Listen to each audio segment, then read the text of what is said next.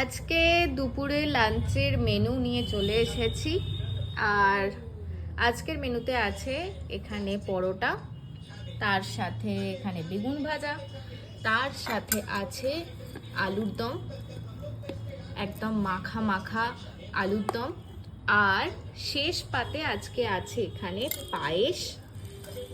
পায়েসটা একটু অন্যরকম করেছি, মানে যেরকম ফিরনি হয় দোকানে, তো সেরকম ফিরনিটা করার চেষ্টা করেছি।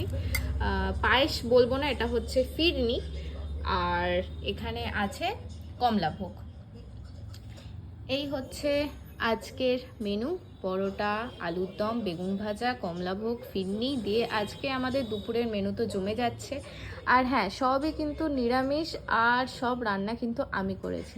এখান থেকে এই অবধি পুরোটা আমি করেছি, ভাবা যায়।